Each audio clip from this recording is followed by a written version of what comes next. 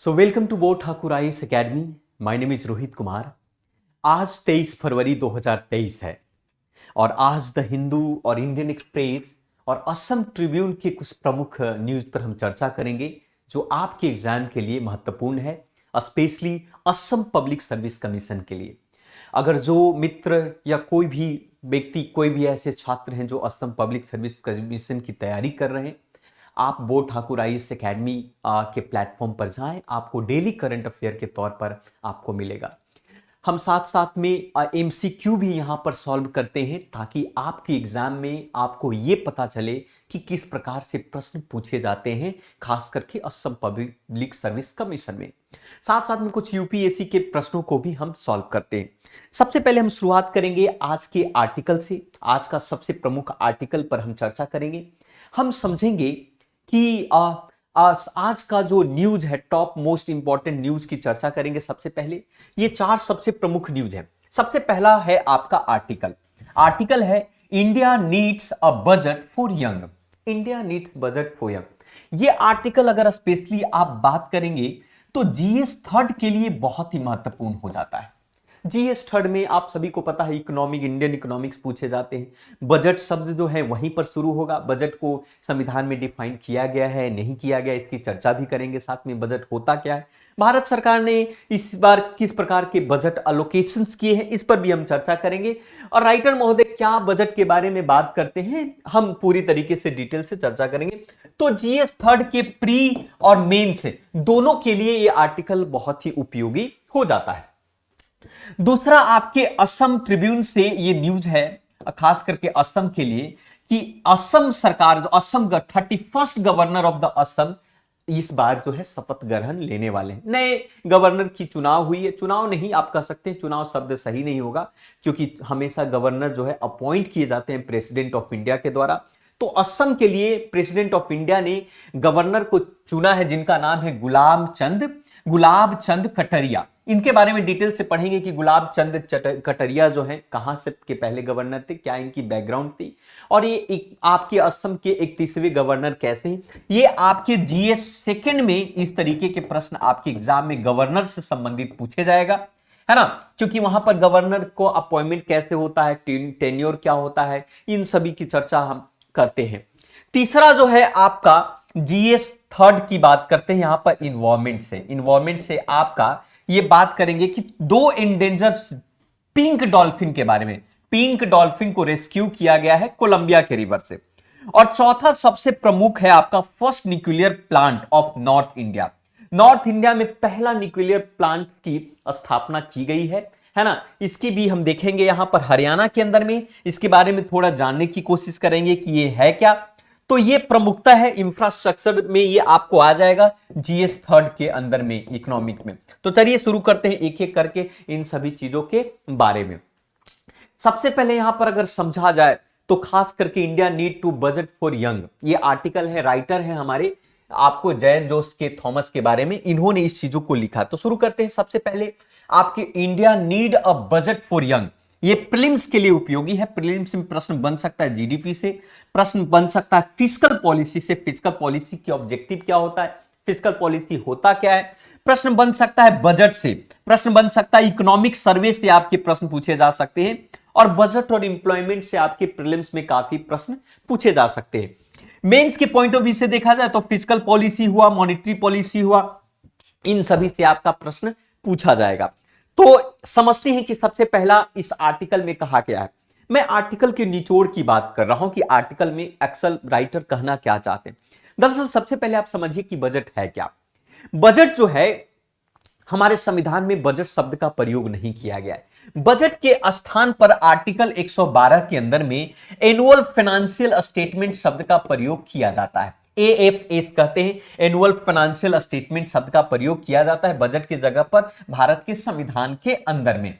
Budget में मुख्य रूप से तीन चीजें होती है, एक्सपेंडिचर खर्चा, टैक्स का प्लान किया जाता है कि हम कितने इनकम प्राप्त करने वाले हैं, और साथ साथ में कुछ अदर ऐसे ट्रांजैक्शन चीज जो है जो अर्थव्यवस्था और लोगों के जीवन पर प्रभावशाली, जैसे स्कीम हुआ, योजनाएं हुए, डिफरेंट डिफरेंट टाइप की जो योजनाएं होती है जो सरकार लेकर आपको आती है, आपके लिए एक्सपेंडिचर और नॉन एक्सपेंडिचर चीजें आती। मतलब सामान्य भाषा में कहे तो बजट जो है आपको आने वाले वित्तीय वर्ष का या अपकमिंग जो फाइनेंशियल ईयर होता है उसका आय और व्यय का लेखा जोखा विवरण, मतलब कह सकते हैं इनकम और एक्सपेंडिचर का एक स्टेटमेंट होता है, एक लेखा जोखा विवरण होता है जो की बात कही गई है ना।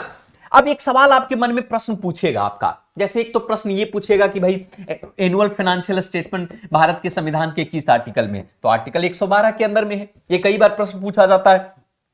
एक प्रश्न ये पूछा जाता है कि ये बजट का डिवीजन करता कौन है, बजट तैयार कौन करता है। हालांकि फाइनेंस मिनिस्ट्री, वित्त मंत्री हमारे देश की है, वो बजट तो सभा में, सदन में जाकर वो क्या करती है, प्रेजेंट करती है, लोकसभा के अंदर में या राज्यसभा के अंदर में प्रेजेंट करती है। लेकिन बजट तैयार कौन करता है, तो दरअसल बजट तैयार करने वाली जो संस्था होती है वो फाइनेंस मिनिस्ट्री के अंदर आने वाली संस्था है डिपार्टमेंट ऑफ इकोनॉमिक अफेयर। ये आपके एग्जाम में प्रश्न बन सकता है, डिपार्टमेंट ऑफ इकोनॉमिक अफेयर से रिलेटेड आपका फाइनेंस मिनिस्ट्री में। यही एक नोडल एजेंसी है जो फाइनेंस मिनिस्ट्री के कहने पर भारत के लिए बजट तैयार करती है, वो अलोकेशंस करने का काम यहां पर करती है। दूसरी पॉइंट ये है कि गवर्नमेंट एक तरीके से ब्लूप्रिंट तैयार करके दे देता है। ब्लूप्रिंट किससे संबंधित भाई, तो ब्लूप्रिंट तैयार करके दिया एक्सपेंडिचर से संबंधित, टैक्सेस से संबंधित, इन सभी चीजों का ब्लूप्रिंट तैयार करके सरकार दे देती है। मुख्य रूप से बजट के अंदर में जो कंपोनेंट है वो आपका एक्सपेंडिचर होता है। एक्सपेंडिचर मतलब होता है कि भाई खर्चा क्या क्या करने वाली सरकार, इंफ्रास्ट्रक्चर खर्चा किस क्षेत्र में कितना करने वाली, कैपिटल एक्सपेंडिचर कितना होगा, रेवेन्यू एक्सपेंडिचर कितना होगा आपका। दूसरा रेसिपिट से सरकार कितना प्राप्त करने वाली, इनकम कितना होगा सरकार का। और तीसरा है कि अरे इन दोनों के बीच में अगर डिफरेंसेस हुआ तो डेफिसिट की बात है कि आखिर बजट डेफिसिट क्यों हुआ, घाटे का बजट क्यों हुआ, सरकार ने ऐसा कौन सा कदम उठाया जिसके कारण से बजट घाटे में चला गया, या कोरोना काल के दौरान में ऐसी स्थिति उत्पन्न हो गई कि आपको न चाहते हुए बजट डेफिसिट होना पड़ा। तो कहने का मतलब ये डिपेंड करता है मैनर पर, डेफिसिट डिफाइन करने की बात करता है कि सरकार डिपेंड करता है एक्सपेंडिचर, रेसिप्ट और डेफिसिट पर डिपेंड करता है कि क्या।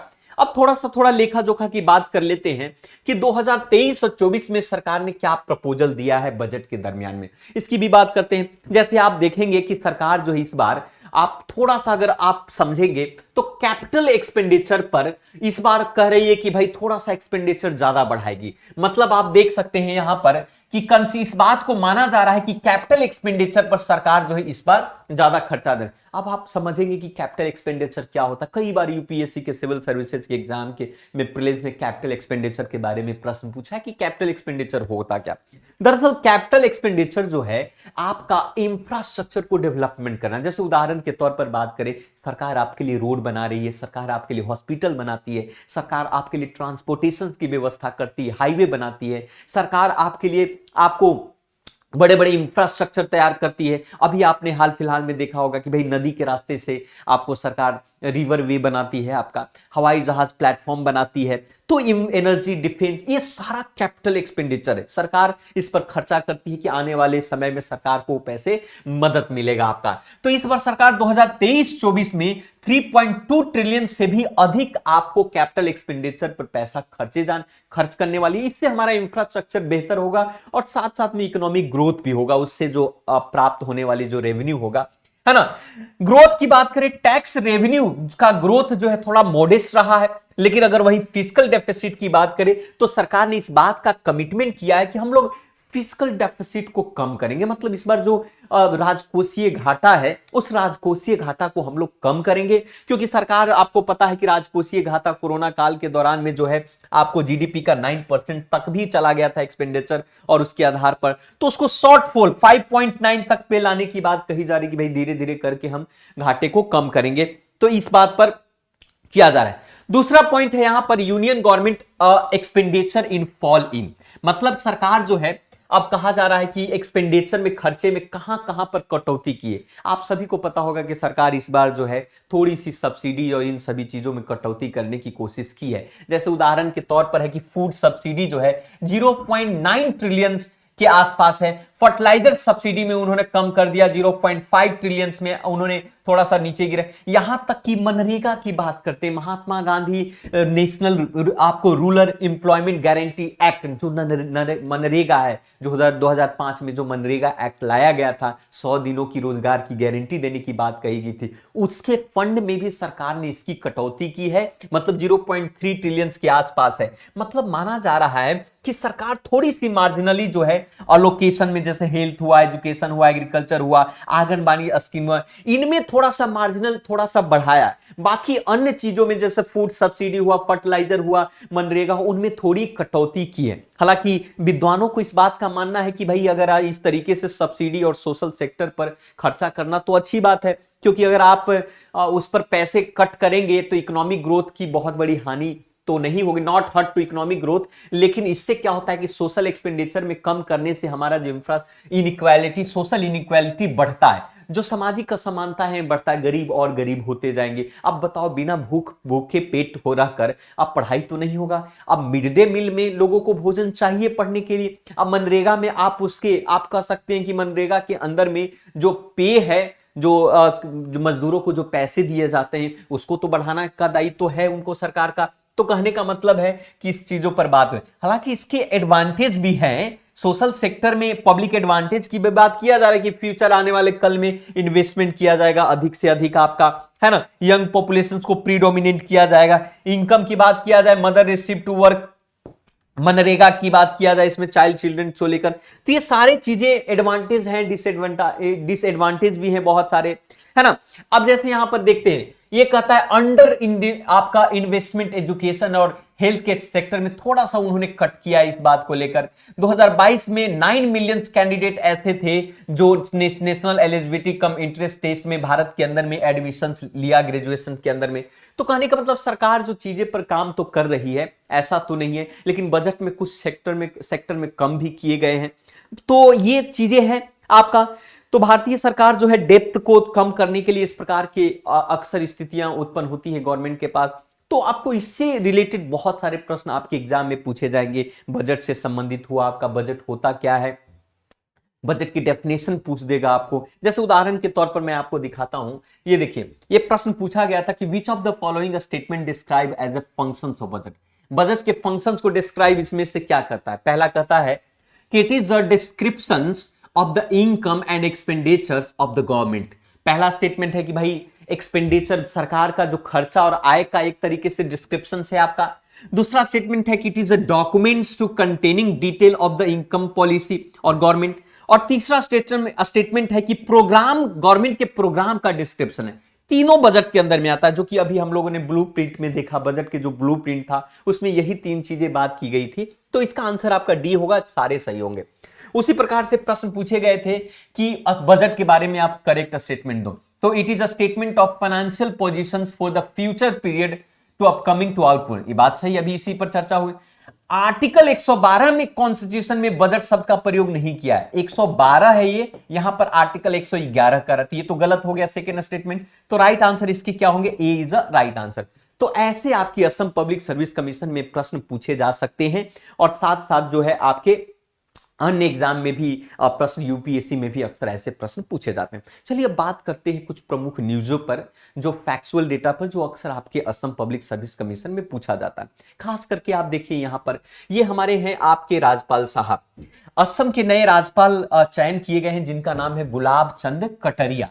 ये गुलाब चंद कटारिया जो है असम के 31वां गवर्नर है, 31वां राज्यपाल है ना। वेडनेसडे को इनकी शपथ ग्रहण हुई। आपको यह समझ में आना चाहिए, प्रश्न आपके एग्जाम में पूछा जा सकता है कि गवर्नर का जो शपथ ग्रहण है किसके द्वारा किया जाता है। यह आपके एग्जाम में प्रश्न के तौर पर पूछ सकता है। 78 साल की उम्र है इनका। कटारिया साहब 31वां स्टेट गवर्नर है। उन्होंने गुवाहाटी के हाईकोर्ट के जो चीफ जस्टिस है उनके द्वारा उन्होंने लिया। दरअसल एक कटारिया साहब जो है उदयपुर के रहने वाले हैं, राजस्थान के एक प्रोफेसर हुआ करते थे, है ना। फिलहाल तो इन्होंने शुरुआती में राजस्थान के होम मिनिस्टर भी रह चुके हैं, आपको लीडर ऑफ अपोजिशन भी स्टेट असेंबली के रह चुके हैं। तो फिलहाल ये असम के 31वां गवर्नर के तौर पर चुने गए। तो ये आपके एग्जाम में प्रश्न में आपकी पूछ सकता है, असम पब्लिक सर्विस कमीशन के फैक्चुअल डेटा में ये आपके प्रश्न जरूर पूछेंगे। तो ये याद रखने की जरूरत है आपका।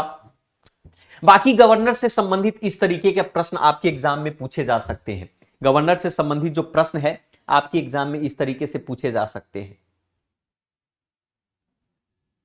हाँ, पहला कि who among the following administrator to oath officer office to the governor. तो सिंपल सी बात है भाई, एक प्रश्न आपका पूछेगा कि इनमें से जो गवर्नर के ऑफिस का ओथ किसके द्वारा दिलाया जाता है, तो जाहिर सी बात है इसके सही आंसर आपके होंगे chief justice of high court. Chief justice of high court आपका वही who among the following administrator to oath of office of the governor, तो आपकी क्या है इसका chief justice of high court. शायद सेम प्रश्न हमारे कॉपी पेस्ट हो गए, कोई बात नहीं, ठीक है। चलिए आगे बढ़ते हैं।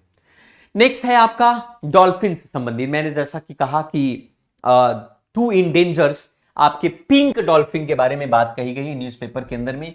To endangered pink dolphin rescued from the shallow आपके कोलंबिया रिवर। जीएस थर्ड के इन्वॉल्वमेंट का प्रश्न है आपका। दो पिंक रिवर डॉल्फिन जो है, एक मदर और उसके काल्प बच्चा जो है रेस्क्यू किया है कोलंबिया रिवर से, दोनों मैमल से। तो इसके बारे में समझ लेते हैं कि ये क्या होता है। पिंक डॉल्फिन की अगर हम बात करें तो इसे पिंक रिवर डॉल्फिन इसलिए कहा जाता है क्योंकि ये फ्रेश वाटर में रहता है, 100% फ्रेश वाटर में ये रहता है, केवल फ्रेश। तो प्रश्न आपके एग्जाम में पूछ देगा कि ये जो पिंक डॉल्फिन है ये आपको फ्रेश वाटर में रहता है या सॉल्टी वाटर में रहता है, तो हमेशा ये फ्रेश वाटर में रहेगा, है ना। फिलहाल इसको अमेजन रिवर डॉल्फिन भी इसको कहा जाता है और यहां पाया जाता है आपका।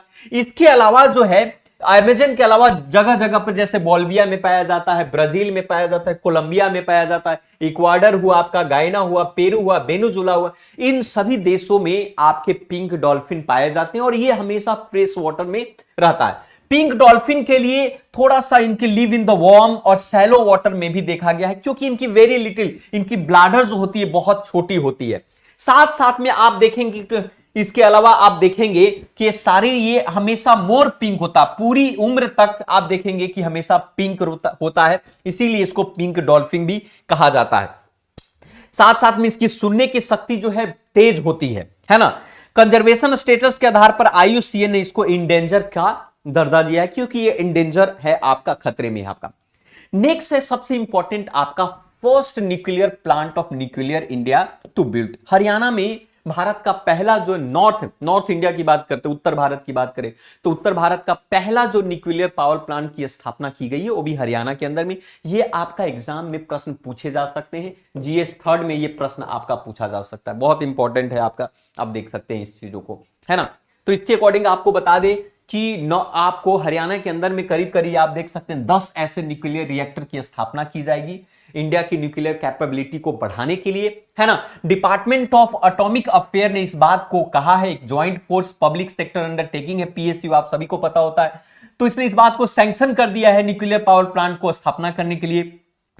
ये दरअसल जो न्यूक्लियर पावर प्लांट है हरियाणा का गोरखपुर है, गोरखपुर में फतेहाबाद वाले क्षेत्र में है जहां पर विद्युत परियोजना की स्थापना की जाएगी।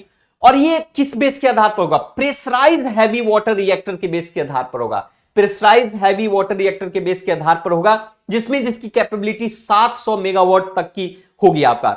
इस पूरी को खर्च करीब करीब 20,594 करोड़ डॉलर की खर्चा आपको देखने को मिलेगा आपका। तो ये प्रमुख है, कई बार प्रश्न पूछे जाएंगे कि ये कहां पर इसकी स्थापना की गई है। ये आपके लिए प्रश्न है आपका। प्रश्न है कि energy of sun is the release due to which given to reason. ये साइंस का भी प्रश्न बन सकता है, न्यूक्लियर फिजन के कारण, रिडक्शन के कारण, ऑक्सीडेशन के लिए कारण या न्यूक्लियर फ्यूजन के कारण। तो आप कमेंट सेक्शन में आप इसे जरूर बताएं इसका आंसर क्या होगा। तो आज के लिए इतना ही। बाकी आप असम पब्लिक सर्विस कमीशन की तैयारी कर रहे हैं तो आप इस चैनल पर हैं, इस चैनल को सब्सक्राइब करें, बेल आइकन को प्रेस करें ताकि आपको सही वक्त पर नोटिफिकेशन मिलता रहे। तो आज के लिए इतना ही। सो मिलते हैं फिर से दूसरे वीडियो में। So thank you very much.